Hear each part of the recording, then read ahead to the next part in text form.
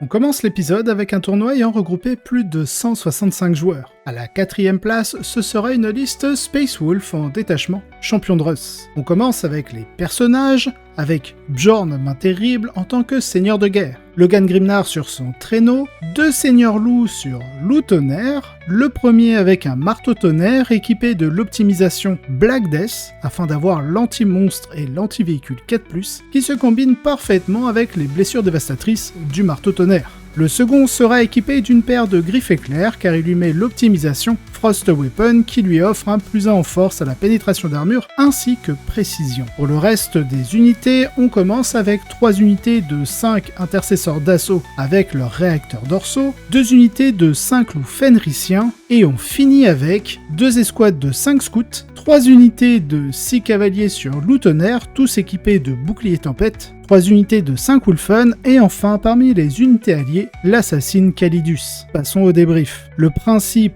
Wolf Jail, comprendre la capacité des Space Wolves à emprisonner son adversaire dans sa zone de déploiement, se réinvente avec les champions de Russ, car déjà très connus en Stormlands. Il est encore trop tôt pour déterminer si cette version est meilleure que celle de la Stormlands, mais il est évident que les seigneurs loups, favorisant les deux options, n'ont pas supporté de voir les Dark Angels être considérés comme les meilleurs Space Marine. Le détachement champion de Russ offre des options de personnalisation et de flexibilité intéressantes, permettant aux unités de la liste de maximiser leur potentiel offensif tout en gardant une capacité défensive intéressante par leur profil. Les synergies entre les différentes unités et les capacités spéciales des personnages permettent de s'adapter à divers scénarios sur le champ de bataille, offrant ainsi un avantage tactique significatif. Alors, félicitations pour avoir mené cette liste jusqu'à la 4ème place. À la 3ème place, nous aurons une liste tôt dans le détachement Rétaliation Cadre. Vous savez, celui des Battlesuits. Dans les personnages, on commande avec un commandeur Cold-Star. Pour ce qui est de ses équipements, j'ai préféré tout de même les préciser car ce sont encore des figurines que l'on peut fortement personnaliser. Il sera équipé de 3 fusion blasters, 2 drones boucliers et un générateur de boucliers. Du côté optimisation, il aura l'Internal Grenade Rack. Ensuite, on a un commandeur Enforcer en tant que seigneur de guerre. Lui aura un cyclique Ion Blaster, 2 gun drones, 3 missiles pod et du côté de l'optimisation, nous aurons le Starflare Ignition System. Enfin, pour finir avec les personnages, un petit éthéré. Du côté des autres unités, on aura une unité de 3 Crisis Fire Knife avec les missiles pod, une unité de 3 Crisis Sunforge. On continue la liste avec 2 Ghost Kill, un Hammerhead, une unité de 10 Kroot Carnivore, un Kroot Ox Rider, une unité de 10 Pathfinder, pour finir avec 2 Piranha, 2 Riptide, un Skyray et enfin 3 unités de 3 Stealth. Passons au débrief. Le Rétaliation Cadre s'est classé en 3ème position grâce à une combinaison astucieuse d'unités classiques comme les Riptide et les Ghost Kill, ainsi qu'un investissement dans les personnages pour les équipes de Crisis. Cette composition tire profit de configurations fiables, avec des Riptide et des Ghost Kill offrant une base solide grâce à leur durabilité et leur puissance de feu, couvrant une large zone du champ de bataille via l'infiltration des Ghost Kill et pouvant s'adapter à diverses menaces. Les équipes de Crisis jouent un rôle crucial, en particulier la Cold-Star équipée du Grenade Rack, pouvant infliger un grand nombre de blessures mortelles en un seul tour grâce à sa capacité à se déplacer au-dessus de l'ennemi et à déclencher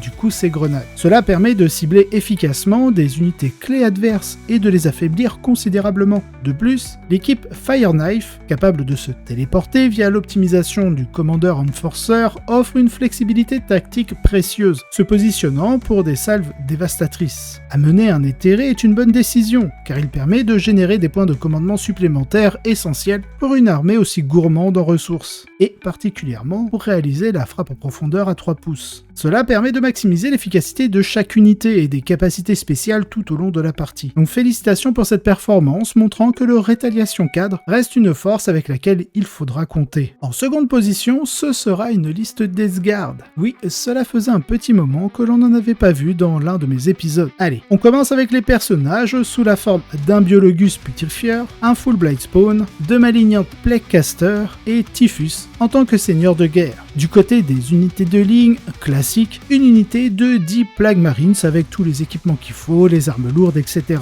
En transport dédié, nous aurons 2 Rhinos. Pour le reste, on commence avec une unité de 10 cultistes de la Death Guard, une unité de 6 Terminators du linceul, et on finit la liste avec 3 drones fétides, et dans les unités alliées, une unité de 3 Nurgling, Rotigus, et 3 Dog Brigands. Allez, lisons le débrief. Cette construction met en avant 2 unités centrales, Rotigus et une unité complète de Terminators du linceul qui sont essentiels pour immobiliser les adversaires tandis que le reste de l'armée accomplit ses objectifs. Cette approche est typique des listes de la Death Guard, qui présente un profil de cible très difficile à gérer pour les ennemis. L'une des stratégies clés de cette armée réside dans l'utilisation agressive des drones dès le début de partie. Bien qu'ils soient susceptibles d'être détruits, ils infligent des dégâts d'attrition significatifs, soutenus par les brigands en arrière-plan, qui continuent à exercer une pression constante sur l'adversaire. Un aspect particulièrement astucieux de cette liste est l'utilisation de 2 Malignant Plaguecaster dans un Rhino, transformant cette combinaison en une version low-cost d'un Land Raider Redeemer, l'Overwatch en moins. Ce mélange de robustesse, de dégâts d'attrition montre à quel point la Death Guard peut être efficace dans un environnement compétitif où la résilience et la capacité à perturber les plans ennemis sont très intéressants. Donc bravo pour ce résultat impressionnant. Enfin, à la première place, nous aurons une liste Drukhari dans le détachement Felsiel, Sky Splinter en anglais. Dans les personnages, nous aurons 2 archons, le premier en tant que seigneur de guerre avec l'optimisation linceul de cauchemar, un bellueur et toute cette petite bête, l'élite Esperax, une succube, et enfin, ça fait longtemps qu'on ne l'avait pas vu, Urien Rakar. Du côté des unités de ligne, on va avoir 2 unités de 10 guerriers Cabalites, une unité de 10 Erast, dans les transports dédiés, 2 Raiders, à chaque fois équipés de la lance des ténèbres, 4 Venom. Pour les autres unités, on a un Chronos, 2 unités d'un cube, alors là attention, on a une unité de 10 et une autre de 5, 2 unités de 5 Mandragore, et enfin 3 unités de 5 Fléaux, tous équipés de 4 lances des ténèbres. Regardons le débrief. La domination des Drukhari se poursuit. Cette liste ne change pas du standard avec 2 Raiders et 4 Venom, mais y ajoute l'inhabituel Urien Rakar. La double utilisation du Tank Shock combiné au Vicious Blade est une source puissante de blessures mortelles, particulièrement efficace contre les chevaliers des Swings d'Archangel, car elle se répartit sur 2 phases rendant la capacité Watcher in the Dark moins efficace pour la contrer. Cette construction démontre une excellente maîtrise des mécaniques du détachement et de la faction, maximisant à la fois la résilience et la capacité à infliger des dégâts. Mais félicitations pour l'avoir mené à la première place. Cette fois-ci, ce sera le top 4 d'un tournoi ayant regroupé plus de 60 joueurs. À la 4e place, nous aurons une liste Necron dans le détachement Dynastie éveillée. Dans les personnages, on commence avec le Ctan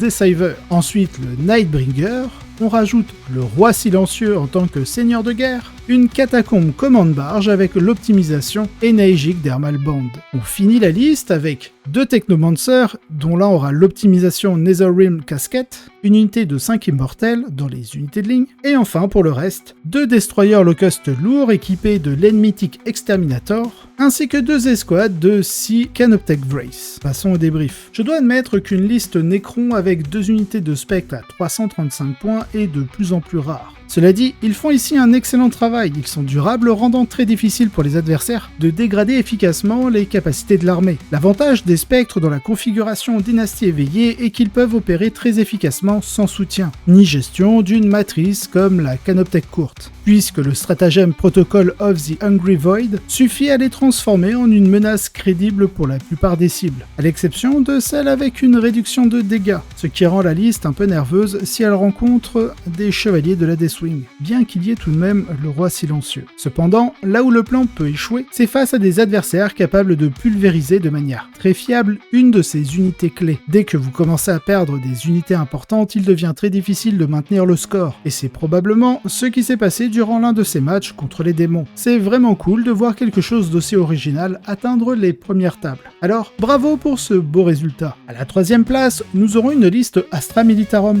Dans les personnages, le Seigneur Solaire Leontus en tant que seigneur de guerre, une escouade de commandement du Militarum Tempestus avec l'optimisation Aquila de Kurov, une escouade de commandement de peloton avec l'optimisation Grand Stratégiste, Ursula Creed, dans les unités de ligne, 3 unités de 10 combattants des jungles de Katachan, pour continuer avec une unité de 10 d'escorte de Krieg, dans les transports dédiés, de Chimère, et pour le reste, une unité de 10 Attilan, de Basilisk, et enfin un Elond, un Leman-Russ Exterminator, de Rogeldorn, et une grosse unité de 10 Tempestution. Allez, lisons le débrief. Une liste Astra Militarum très axée sur les véhicules. Elle abandonne la protection habituelle des Taureaux Green au profit d'une quantité de véhicules supplémentaires et d'une unité de cavaliers Attilan, afin de créer des contre-attaques. Cette configuration offre une puissance de feu énorme et rend l'armée très difficile à éliminer complètement. Cependant, cela introduit un petit risque d'être submergé par un adversaire suffisamment rapide, ce qui pourrait avoir été la cause de sa défaite en finale contre la liste arrivant à la première place. Mais même dans ce genre de match, la liste a obtenu un score respectable, ce qui est impressionnant face à un adversaire étant pratiquement le pire scénario. Dans tous les cas, bravo pour avoir atteint la 3e place. À la seconde marche du podium, nous aurons une liste des monts du chaos. Dans les personnages, 2 buveurs de sang, dont l'un est seigneur de guerre, avec l'optimisation Argas, The King of Blade. Un Rainmaster sur son trône de sang. Dans les unités de ligne, on aura une petite unité de 3 Nurglings, et pour le reste de l'armée, ce sera 3 unités de 6 Blood Crusher, 3 unités de 5 Fleshhound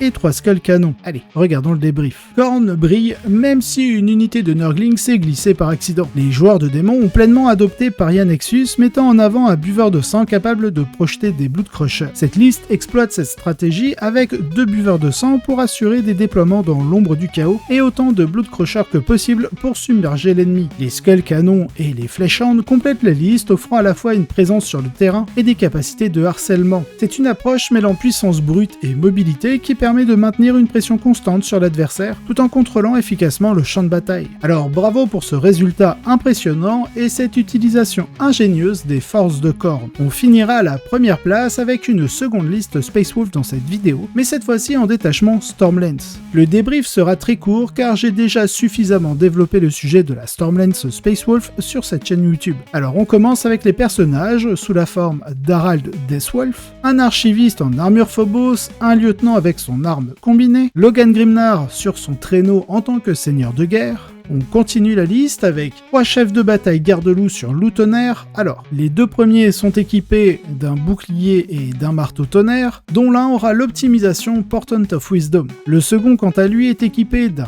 gantelet énergétique et d'un bouclier, avec l'optimisation instinct du chasseur. Ensuite, on a un seigneur loup sur loup tonnerre, lui aussi équipé d'un marteau et d'un bouclier, mais avec l'optimisation Fury of the Storm. Pour le reste de la liste, ce sera une unité de 5 intercesseurs d'assaut avec réacteur, une unité de 5 infiltrators, et on finit avec une unité de 5 scouts, 3 unités de cavalerie sur loup tonnerre avec leur bouclier tempête, et 3 unités de Wolfen. Alors attention, petite précision, une unité de 10 et 2 unités de 5. Allez, regardons le débrief. L'approche des Space Wolf reste redoutablement efficace. La stratégie est simple, mais terriblement performante. Se déployer rapidement, frapper en premier, et compter sur l'unité de l'archiviste Phobos, grâce à l'agent solitaire, pour maintenir l'arrière-ligne pendant que le reste de l'armée s'engage. Cette combinaison permet de créer une pression immédiate et soutenue sur l'adversaire, rendant très difficile toute tentative de contre-attaque. La liste démontre que cette méthode fonctionne toujours à merveille. Alors bravo pour avoir remporté un événement supplémentaire pour Russ et le père de tous.